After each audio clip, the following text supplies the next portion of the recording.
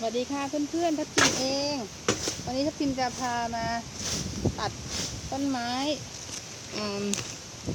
ข้างบ้านเลยค่ะฝนตกแล้วมันรกมากเลยเห็นไหม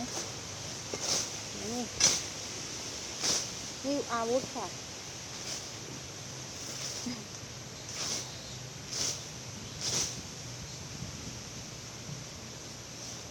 นี่ต้นถั่วดาวอินทรา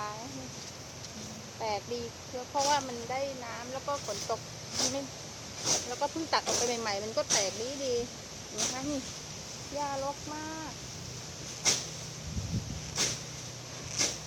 เพิ่งจะถอนถั่วเสร็จเมื่อกี้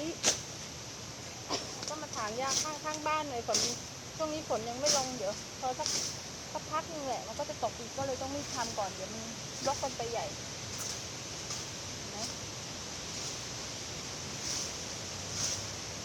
รกมากเลยค่ะเร็วมาช่วยกันไหนอันนี้อันนั้นเริ่มเปลี่ยนแล้วนะเมื่อกี้รกมากเลยนะคะ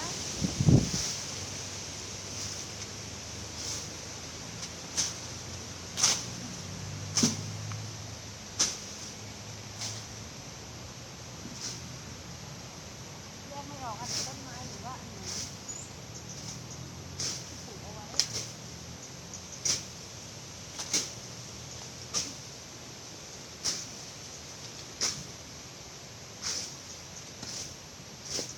ทางแล้วนะ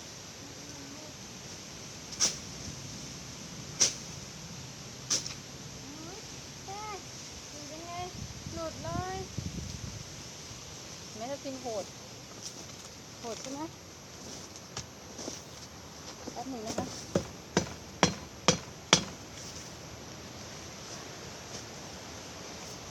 แป๊บ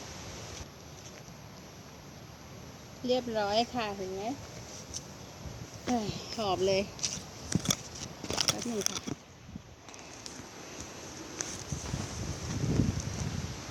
มาต้นหม่อนลูกหมดแล้วเพราะถ้าพิมตัดมันถ้าพิมตัดมีสิพัดลมเพื่อน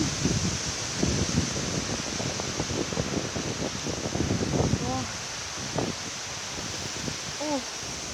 ดูต้นมะพร้าวต้นนี้ดิไม่ก็โอ้โอ้ปลอดภัยไหมเนาะนี่โอ้ลมแรงมากๆเฮ้ยร่วงทางมะพร้าวหล่นนี่ไงนู่นน่ะต้นนู้นน่ะลูกมะพร้าวอยู่ใกล้หลังคาเลยค่ะเขียวเนาะดูสิมะพร้าวสูงๆทั้งนั้นเลยเห็นไหม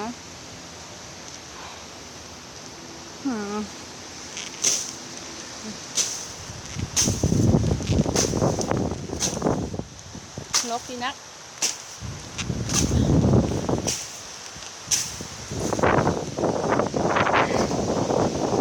โอ้ยจะเดินยังไงล่ะนั่นน่ะ